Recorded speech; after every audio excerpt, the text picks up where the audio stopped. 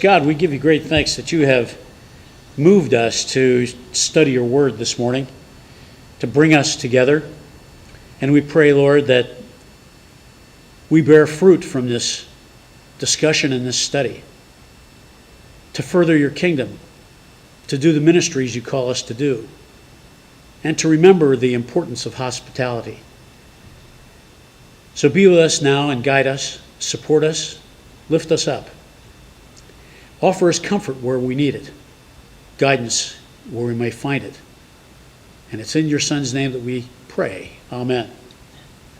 All right. The third letter of John. We're getting close to the end. Getting close to the end. I don't know where I'll have to go, where we have to go after we get done here. Maybe we'll have to do the Old Testament. We could do Isaiah. Well, it's at least long. We won't get through it. Isaiah, huh? If that's what you want, that's what you get. I'll do Isaiah. Is that what you want to do? Isaiah? Sure. Okay. Sure. We'll do Isaiah after we do Jude. Yeah. So, in other words, in a couple of weeks we'll be doing Isaiah. So, I will not do Revelation because I'm going to do the class in Revelation. All right, the third letter of John. It's only, 219 words? Something like that. At least in the Greek text, it's 219. It is a correspondence of John to a person named Gaius. It would be the equivalent of me writing a letter to a person named John. Could be anybody. But the importance of this letter, one is hospitality. But why it's hospitality, because it gives us a clue and an insight of what the early church looked like. We have roots firmly planted here at Lake City, firmly planted in the church as a member of this particular church. In early Christendom, when in John's time, the memberships, there was no such thing as a membership, okay? Because the believers were highly mobile. They were almost nomadic because their jobs would take them from city to city, and they would take their families with them. They would travel. They would, so they were highly mobile. So there was no set place for them to put roots down to worship, day in and day out. That's why there's such an importance by Paul, by Peter, by James, by John, to talk to the leadership of the church. It was because the leadership of the church, it generally met in their houses or a facility that they ran, but their congregations were mostly never the same.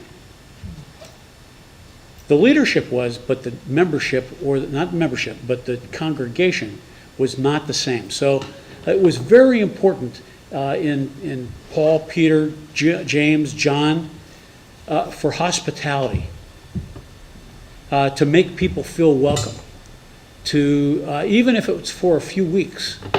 Paul, for instance, he would go to a town for a few weeks, mend tents, and then he would go to the next town to help mend tents.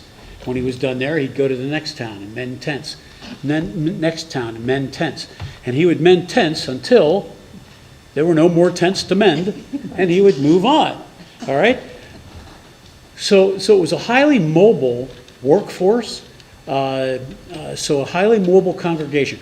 When we think of congregations, we immediately think of our congregation. But that's not the case. It's just people were all over. What stayed consistent was the leadership. And that, again, that's why it's so important for the leadership to understand and know what the theology is, what the teachings are, and what the direction is that they should be leading the people. So, You know, I think that's a good lesson for our church. I see people come in, and, you know, we have a lot of people come and go, right? right, And sometimes you think, well, it's no bother to be that hospitable because they, you know, and like, for instance, that family last Sunday, I didn't speak to them during fellowship. I should have, and I meant to, but I didn't. And, you know, I should have, because yeah. they, I guess, for the first time. Well, they got involved for the youth, which was good. Yeah. And I think that's why they came. In fact, I think it may have been one of Grayson's buddies, but he brought the whole family He did. because he came a month ago by himself. Oh, This time he brought his family, wonderful. and that is how you start to grow a congregation. And that is a good lesson for us, isn't it? For Oh, us, yes. you know, that we can really apply to us. 'Cause Sure. we like to be hospitable to people that we think, oh, we're gonna be seeing a lot of them. I hope they can get the two little boys to come up for your children's zone. Yes, Yeah. yeah.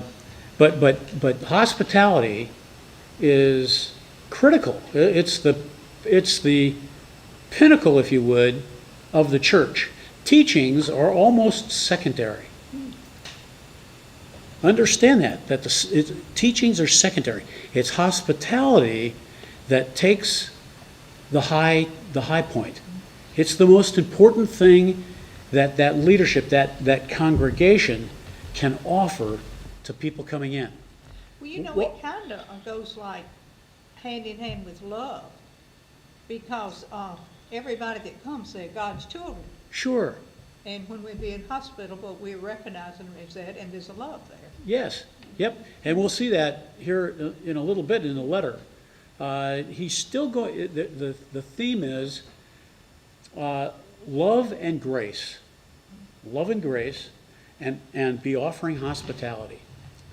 But this is a letter of recommendation for somebody, okay? We don't know who the person is, but it's a letter of recommendation. It's a standard letter. It's conventional. Paul, if you think about it, Paul did the same thing with Philemon, right? For the slave Onesimus, Paul names everybody, but John doesn't name it. So Paul writes to Philemon. John writes to Gaius on behalf of someone. Okay? So he's hoping that with that letter, that person gets lifted up, just made to feel like a king when they come to worship. Okay? So that's kind of what's going on around this letter. But again, it's hospitality. And churches, I think, Carol, I think you've hit on it, that we're so interested in talking with our friends, talking with the people that we know, that we haven't seen for a week, that we tend to forget about the stranger. And John, this letter essentially is cautioning you against that. You've got to offer hospitality to all. And it's not just hospitality. It's hospitality. You make them feel like they're kings and queens, like they belong there, that you are serving your best food, you're giving them your best wine. Everything is the best. Everything in serving the hospitality. And there's an overabundance of it, okay? Because what they do with that overabundance then is they feed the hungry. They take that abundance and then go out and feed the hungry. So hospitality is not just simple pitcher of water, pitcher of lemonade, some cookies. It's an all-out meal. It's an all-out, think of Thanksgiving dinner kind of thing. That's the kind of hospitality they're thinking. And that's why Paul addresses it and says, you're having these great meals, right? But you're missing the point. You can't be doing communion with those great meals. Two different things. We want you to do hospitality, but you have to separate it out. So again, when you hear the word hospitality, think of Thanksgiving dinner. So, the elder, the presbytus, John, to the beloved Gaius, his good friend, whom I love in truth. And I believe that really is the word, is love, because it's agapeteia. I believe it's agapeteia.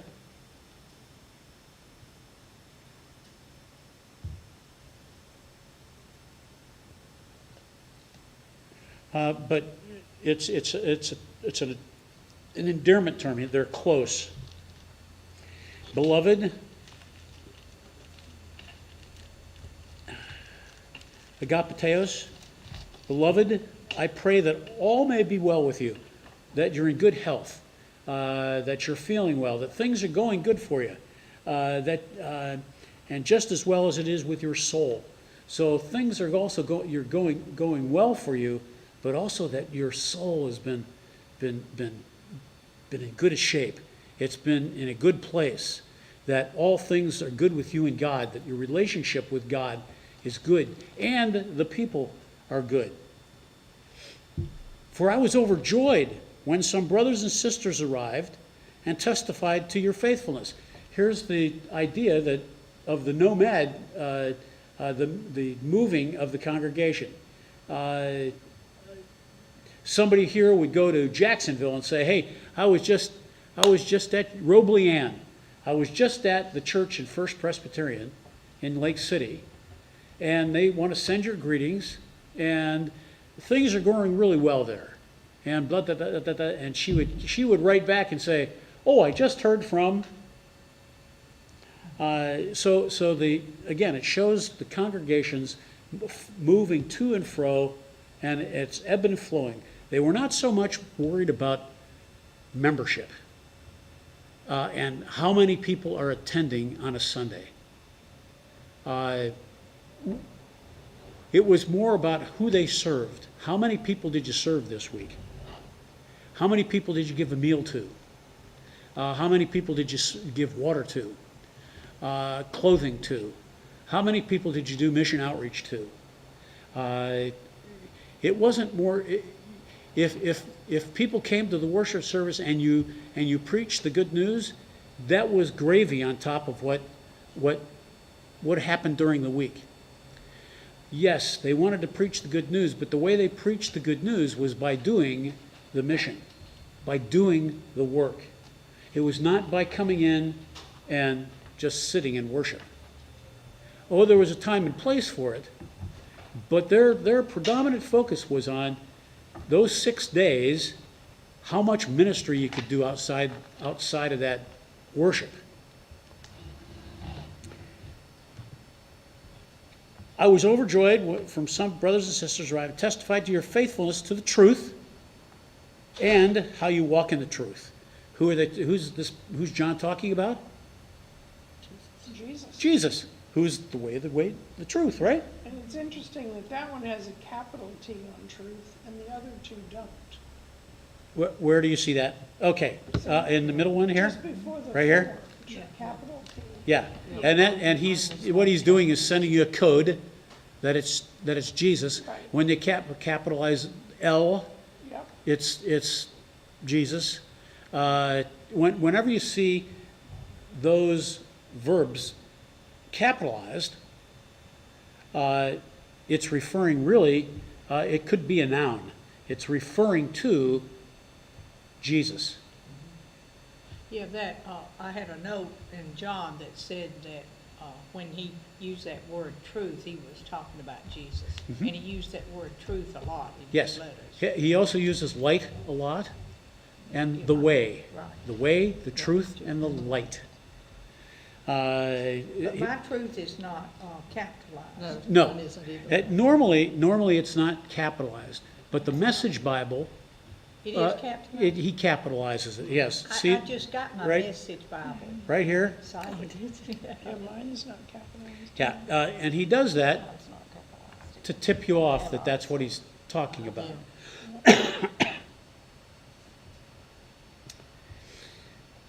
That, and again, like Carol said, he does that, he uses the word truth many times, just in these 3 letters.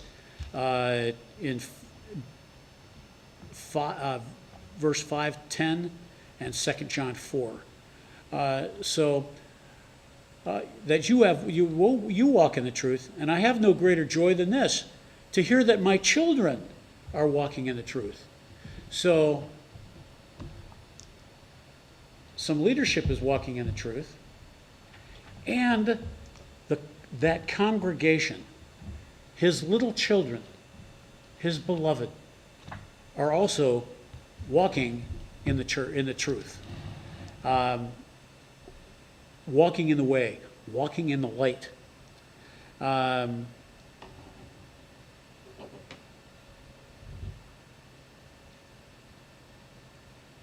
Yeah, the way of truth, and you can see the Message Bible does.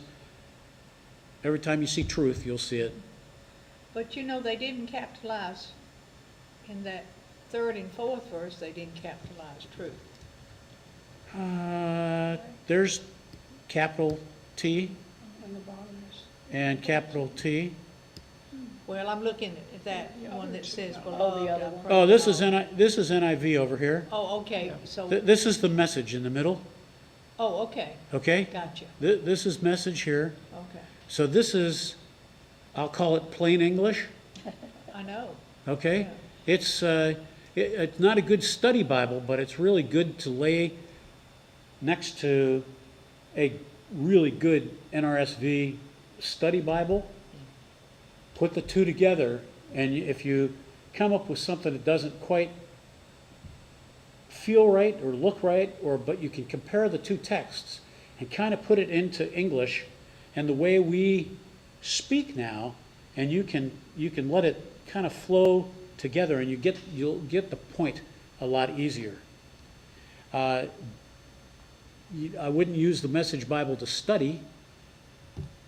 Use the NRSV to study, but use the Message Bible to help support that study, to help clarify what the words are saying. Because it's taking the Greek, trying to put it into Greek, and it's more formal. Message Bible is a little informal, and that's how we talk. I don't know of many people that talk so formally as this. But we do talk in the way of the Message Bible. So, does that make sense to y'all? Would you recommend the Message Bible to children? Yes, I would. Older children, maybe. Older children, yes. So that it would whet their appetites and they gain an understanding. But then, if you want to start to get serious about studying the Bible, again, lay the 2 next to each other and start to see what those differences are. Normally, it's because there's a Greek word in there. Beloved, okay, beloved. Yeah, we don't say that. We don't say beloved. We say friend, Yeah. right? Agapeteos is the word. I mean, it's beloved. Yeah. Well, I don't know that I've ever used that word. I don't think I've ever used that word. You I mean, I've read in it. your vows when you got married. Well, yeah, but I didn't say it. Dearly beloved, the pastor said. That's right. What do you say? I do. You do and you did. That's right. I promise. But it's it's, yeah, I can't think of the word to say what kind of speak it is, but other than it's kind of formal. It's kind of formal, and we don't talk like that. And that was the idea behind the Message Bible, is to say, all right, I'm going to take these formal words, these highfalutin stuff, and I'm going to put it in to context. I'm going to put it so that everybody can understand it in the way that we speak. How do we speak today? This is the way we speak. I love you. We're the best of friends, and I pray good fortune for you in everything that you do, and good health for you, that your everyday affairs prosper as well as your soul. I was most happy when some friends arrived and brought the news that you persist in following the way of the truth. Nothing could make me happier than getting reports that my children continue diligently in the way of the truth. I mean, that's a whole lot easier to say than, beloved, I pray that all may go well with you, and that you may be in good health, just as it is well with your soul. For it is overjoyed when some brothers and sisters arrived. So do you see that? It's a lot easier to read. That's why I took the King James Version out and put this one in. I just find it a lot easier to jump back and forth when there's some text that kind of speaks like we don't. Do you think maybe children refers to newer believers? Nope, No? nope. It just anybody? Yeah, All- we're all children. We are God. children of God, and to John, we're all children. We're all younger than he is. You know, he's an old guy at this point, and he's his longevity is quite remarkable. He's probably 93, 94 years old when he wrote this. I mean, that is way above the actuator tables in those times by 20 years. And Like- Jesus would have known that. Oh, sure. He was going to live the longest. And why is that? So he could take care of Mary. His mother, Yeah, yeah. What's the third one up there? Which one? It's the third version of the Bible. Version. NIV. This one here? Yeah. Okay, it goes. That's the NIV. Okay, this one here, Yes. the first column Yeah. is Greek, is the Greek interpreted into English. Okay. The NRSV is now, is that you? NRSVU? That might, yes. NRSVU is the new updated version of the NRSV, where they have found more language. They've been able to update the language and find more older scripts, if you would. So they've done some wordsmithing that makes it easier to understand, or gets it closer to what the original intent was.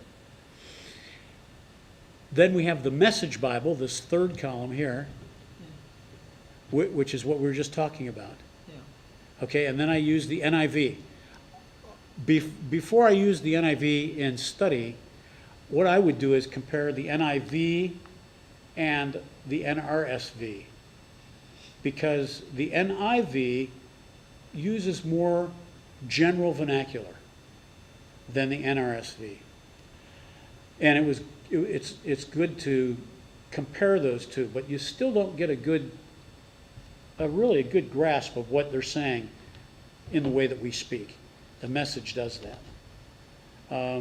If you look at I've got a commentary series called the New Interpreter's Bible series, and it's a 12-volume set.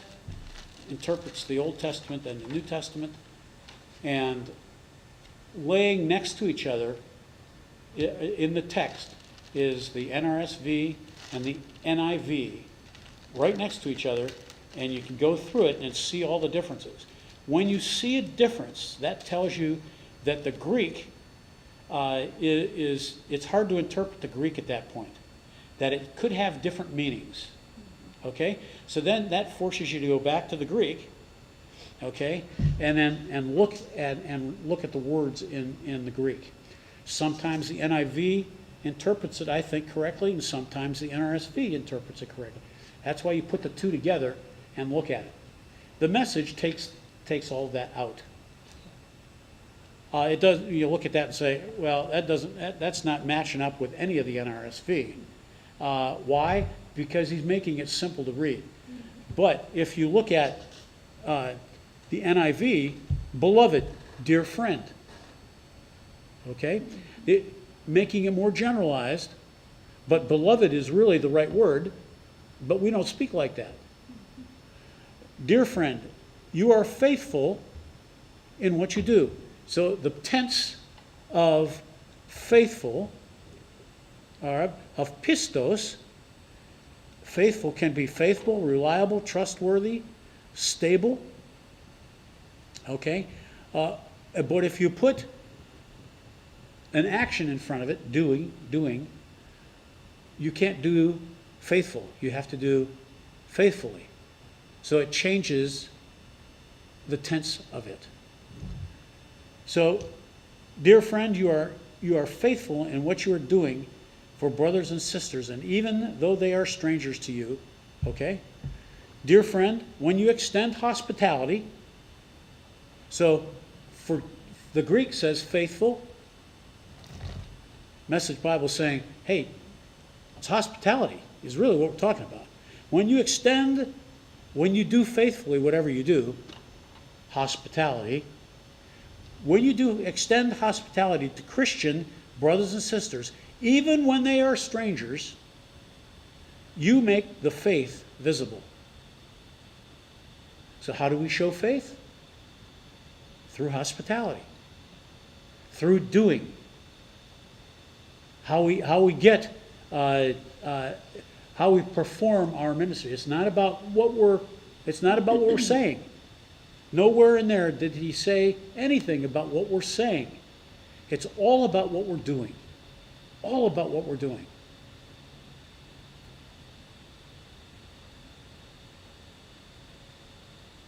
Even when they're strangers, you make the faith visible. They've made a full report back to the church here. So John asked, so how did things go in Lake City? Well, I went there this Sunday and Well, that's good. They made a full report back to me, a message about your love. All right? I wonder why they didn't use the word hospitality in the Message. That would help me understand it more, that verse 5. Yes. You mean in the NRSV?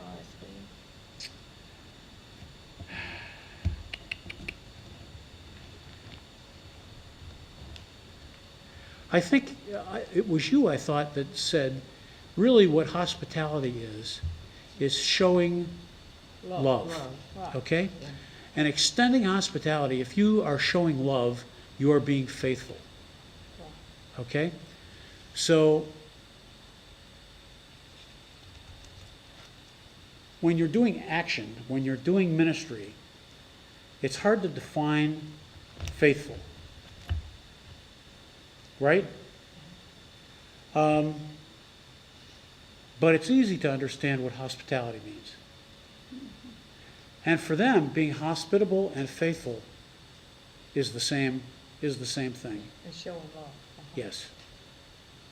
It's a show of, and it says there, even a show of love.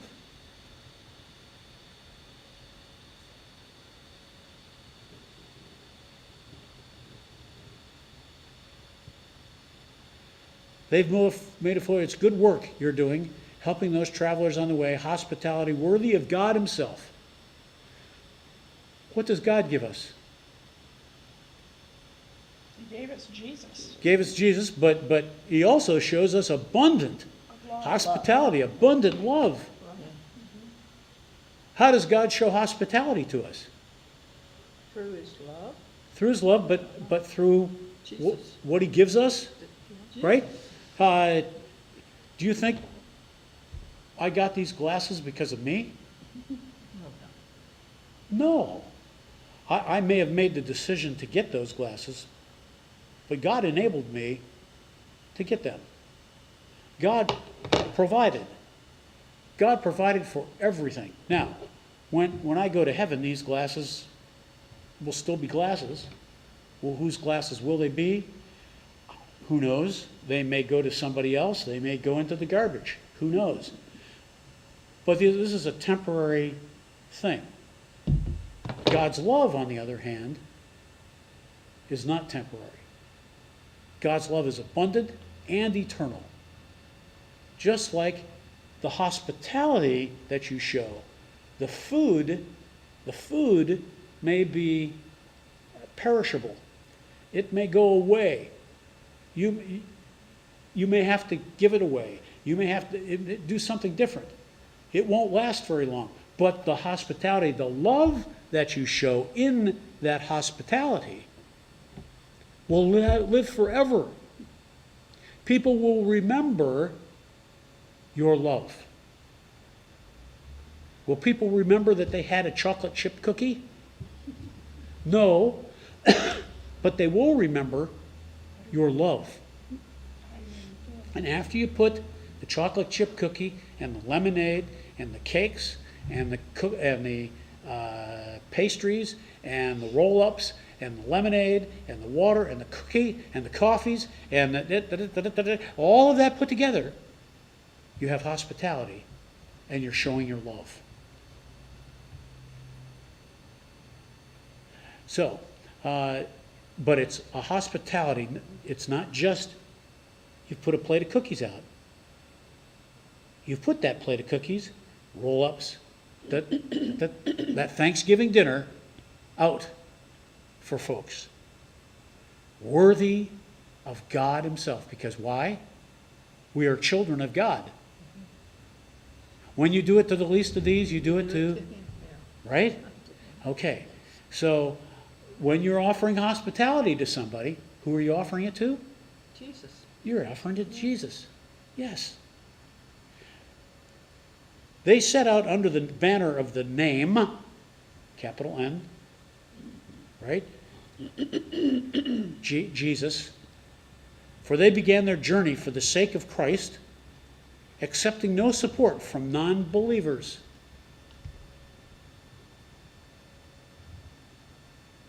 So they deserve any support we can give them.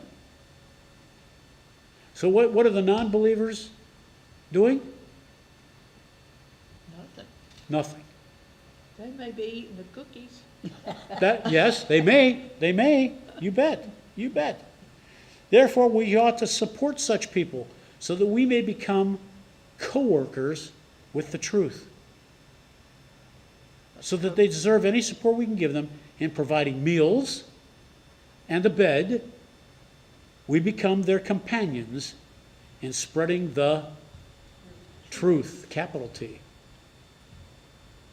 And I have in my notes the missionaries. Yes. You know, that they are. This is really, I mean, this is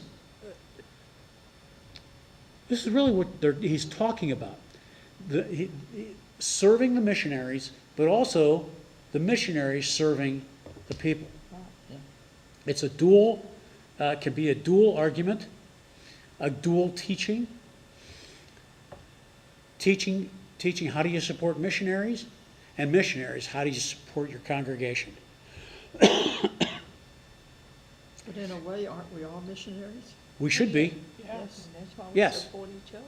Yeah. Yes, and I mean, if you're having a problem, hopefully I step in and help you, or we all step in and help you.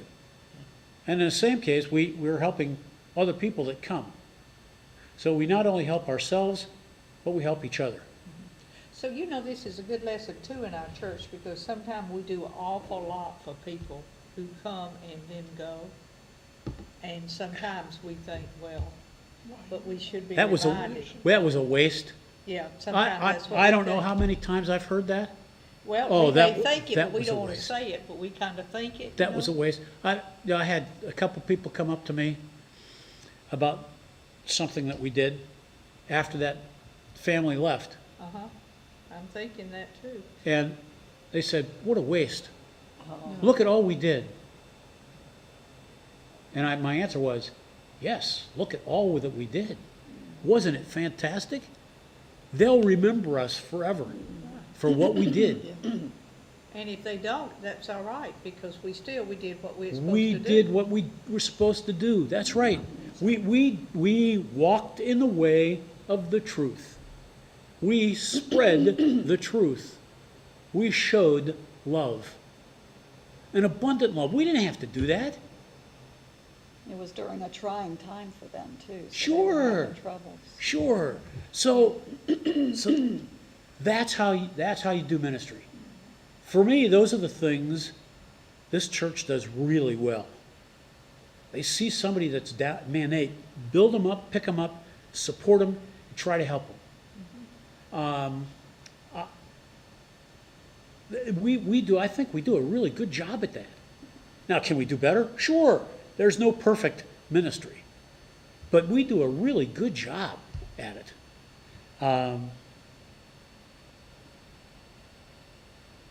That's how you spread the good news. That's how you show love. It's not the sermon. It's not the music. It's not the prayers. That should feed you to do the truth, to do the love, to do the way, to walk in the way, to walk in the light. That's it. Worship feeds you and shows God. You're worshiping God and you're being fed. Why be fed? To sit there. You don't need to be fed to sit. If you constantly eat the same way and you sit in a chair, what's going to happen? You're going to get fat. Right? And you're not going to be able to move. But if you get fed and then you go out and you do, then you're ready to come back and be fed some more. And that's really what this is all about. You offer the hospitality, you offer the love to the missionary.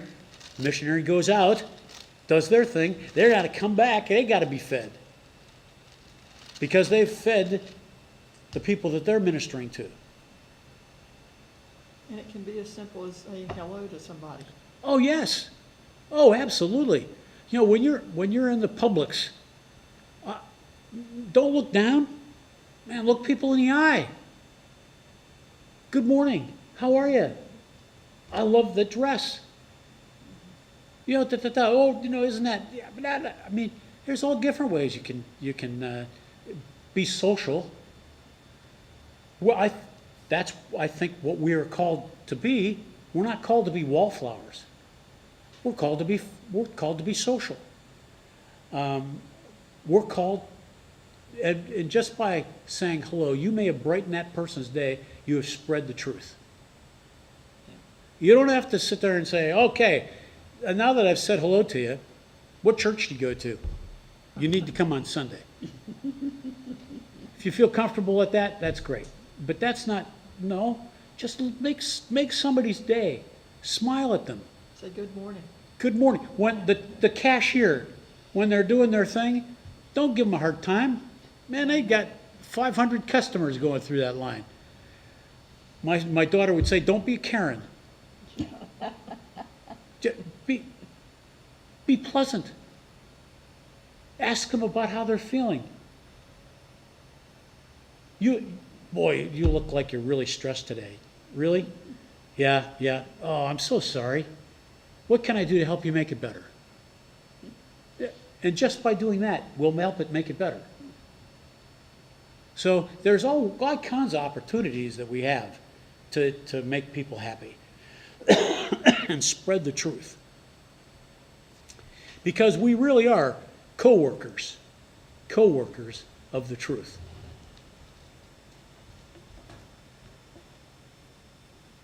Earlier, I wrote something along this line to the church, but Diotrephes, who loves being in charge, denigrates my counsel. Ooh.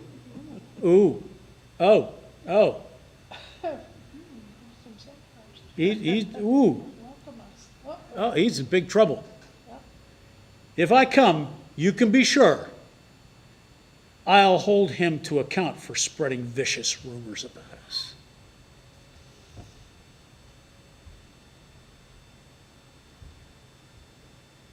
Huh. So if I come, I'll call attention to what he's doing and spreading false rumors and charges against us. And not content with those charges, he refuses to welcome the brothers and sisters, and even prevents those who want to do so and expels them from the church.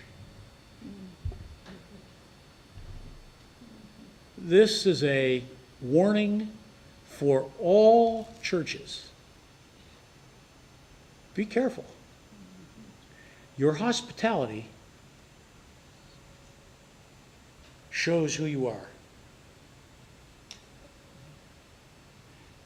Who is welcome and who's not? Is your door open or is it not? When a stranger comes walking in, do you welcome them? Just like Carol was talking about early on. And if they're not the people that you like, get them out of church.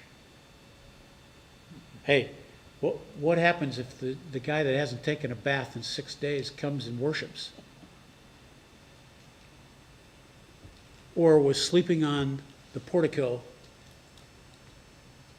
Do you shoo him away or do you welcome the church? And your pastor shooed him away. It's been bugging me for weeks.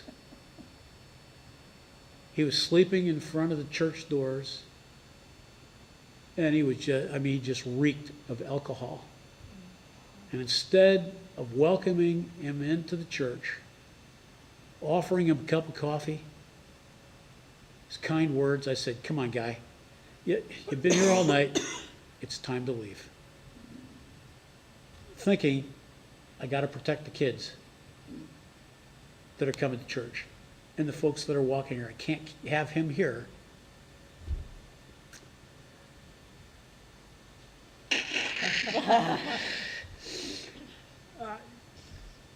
Just like I said this last week in James, leaders, take heed. These words, you've got to do these words.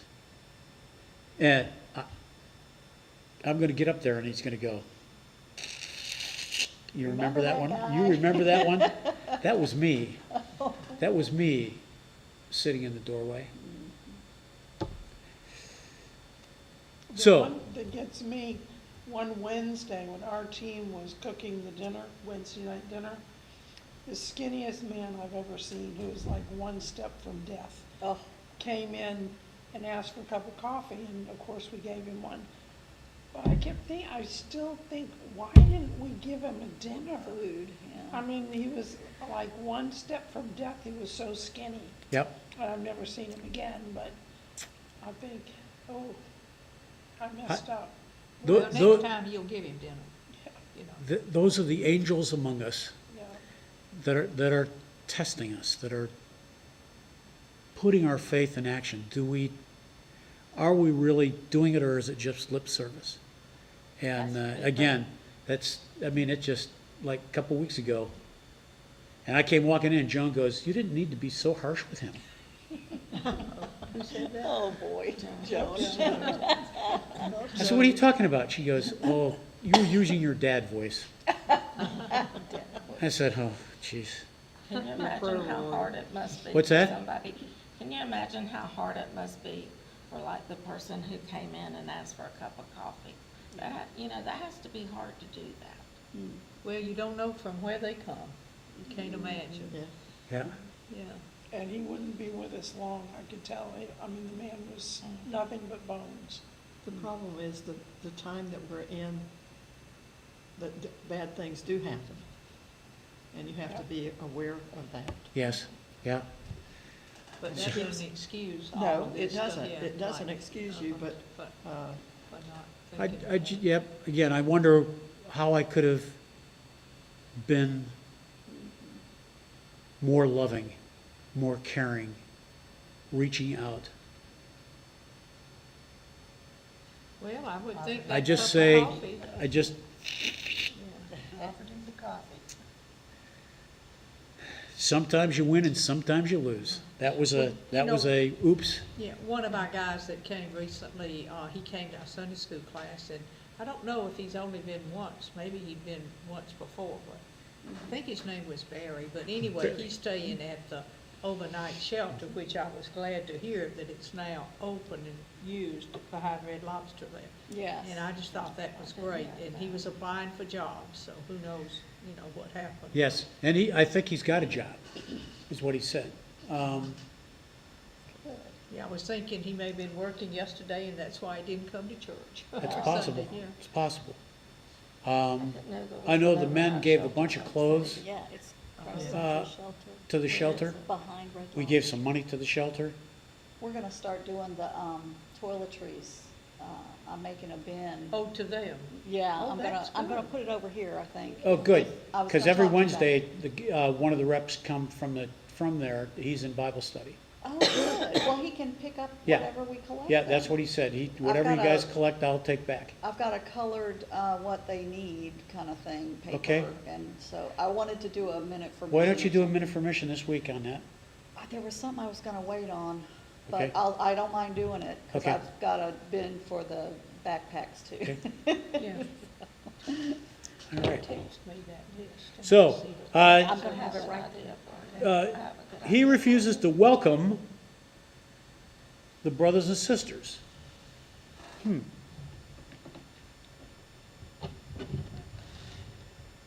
Refuses to welcome them. He even prevents them who want to do so and expels them from the church. So, I told that guy, get off the property, come on, you need to move on. It's Sunday morning, you've had all weekend, come on, let's go, let's go. And make sure you clean up after yourself. And somebody comes out, Don Christensen comes out, oh, no, he can stay. No, he can stay. And my answer to that is, you're out. Get out of here. You're out. You're not welcome in this church. That's essentially what he's saying, is that he refused to welcome the brother and sister. In this case, though, it's brothers and sisters, multiple. And even prevents those who wants to do it, so those that prevented it, he expels them from the church. Taking Don't it you come a back. Step too far. Don't you come back. Isn't that what a certain denomination has Yeah. done? Sure. So this John 3:9 and 10 should be a warning for all churches, all leadership, all of us, on how not to do ministry. But like I said, if you let your guard down just for a second, you can see how easy it can happen.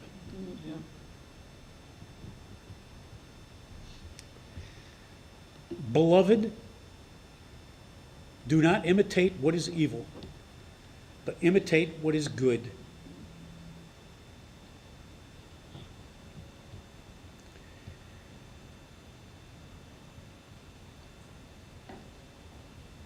Whoever does good is from God.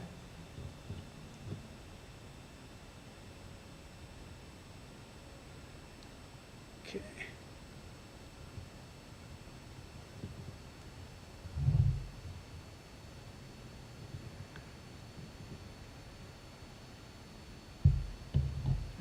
Okay.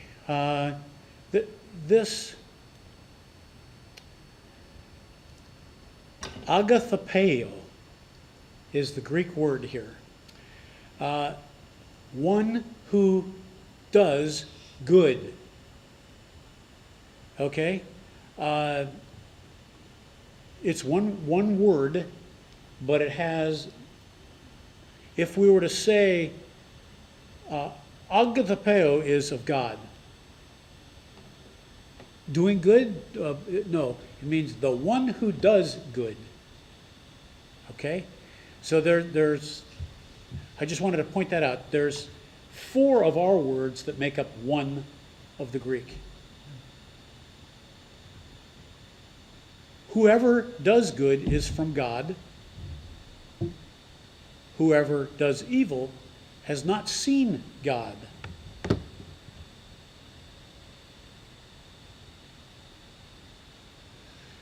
Don't go along with evil. Model the good. The person who does good does God's work. The person who does evil falsifies God, doesn't know the first thing about God. We also testify for him, and you know that our testimony is true. Everyone has a good word for Demetrius.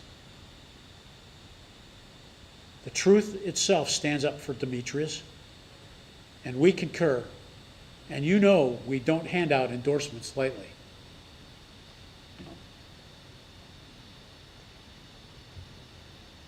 Everyone has testified favorably about Demetrius, and so the truth itself.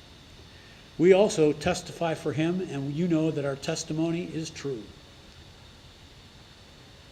So to get into the leadership circle takes quite a bit. To get that letter of reference means quite a bit. I mean, this is not just a letter. Can you write a letter for my kid going to college and say that he's a good kid?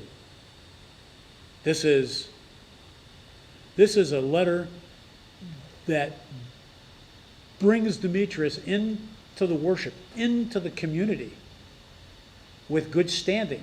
He doesn't have to prove himself. Why? Because he has the endorsement of John. You can trust this guy, Demetrius. He's a good guy. He's faithful. He walks in the way of the truth. Stephen. You know Stephen? The guy that's been worshiping with us? From the Dominican? Oh, yeah. I think it's Dominican. Maybe it's South American country, I think. Yeah, it's not Dominican. Well, in either case, he came with glowing references because he came from the Perry Church. Don McGarity and I were talking about this guy 8 months ago. 8 months ago. He had to go to Washington State with the job because he worked for the paper company. He moved. He's been trying to get his family here to the United States. Okay? He went to Washington, and they downsized again. Lost his job. He came back, but moved here so that this would be his home church. All right? But Don was telling me stories about this elder who did everything, sang in the choir, could preach, could do, all these things, did mission outreach. I thought, does this guy walk on water? Who is this guy? And lo and behold, he shows up in our congregation. So, this is a guy that's ordained as an elder. He's in incredible leadership positions. He's done a ton for the church. And he's now a member of our church, or not a member, but he's going to become. He's worshiping with us. Where does But he sit? Does he sit in the back? He sits in the back. Yeah, we always make him feel welcome. Yeah, Stephen. On your side, On my side. Yeah. on the left. Yep, he's right on the aisle, generally. That's him. But so he came with essentially an endorsement. And when Don found out that he was in the congregation worship, he goes, "Oh, you are the luckiest pastor in the world." He can do so much. He's faithful. He's pleasant. He's positive, energetic. All those things. So, His name's not Demetrius, is it? could be, but it's Stephen. It's Stephen. It's Stephen. Stephen. Stephen. And is there anything that any of us can do to help him get his family here? Well, I've told him if he needs help, he needs to let me know so that I can employ the troops. We've got a number of lawyers at our disposal, along with Herb Ellis, that might be able to help him move things along. Yeah. You know, Guy Norris, Bonnie Green, Who's the other? Robertson, Robinson. Robinson. Yeah. Is it Glenn? No, Not Glenn. Bruce. Bruce. Robinson. Glenn Robinson. I graduated Glenn Robinson. And Bruce Robinson. Bruce Robinson, and then Herb Ellis.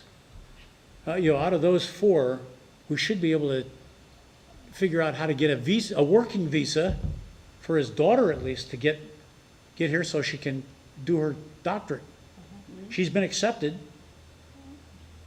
but she can't get here because she can't get the work visa. where is he living? I don't know if it's in Lake City or in Wellborn. I don't know. And he has a job? Oh, yeah. Yeah, he has a job. Yeah. Yeah. So, yes, in fact, last week I talked to him about that, so. All right, let's do the final grading so we can do this and we'll start Jude next week. I have much to write to you, but I would rather not write to you with pen and ink. Instead, I hope to see you soon and we'll talk face to face. And that didn't happen. Peace to you. The friends send their greetings. Greet the friends there, each by name. So he's got a good group of people around him, along with the people there that he's writing to. So, again, John is addressing the community, a nomadic community, I'll call it, but he's showing that it's paramount that Christians excel in hospitality.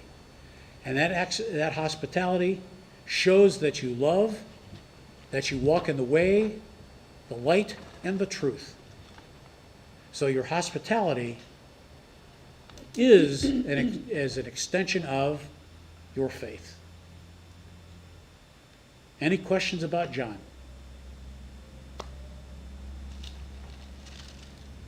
All right. Who would like to close us out in prayer today? I'll do it. All right. Dear Lord, thank you for bringing us all here together again today. We're so happy we're able to study your word with Pastor Ken. He is so knowledgeable about all the scriptures that he's shared with us. Please help us to understand the words, to do what you will with the words that you've spoken to us.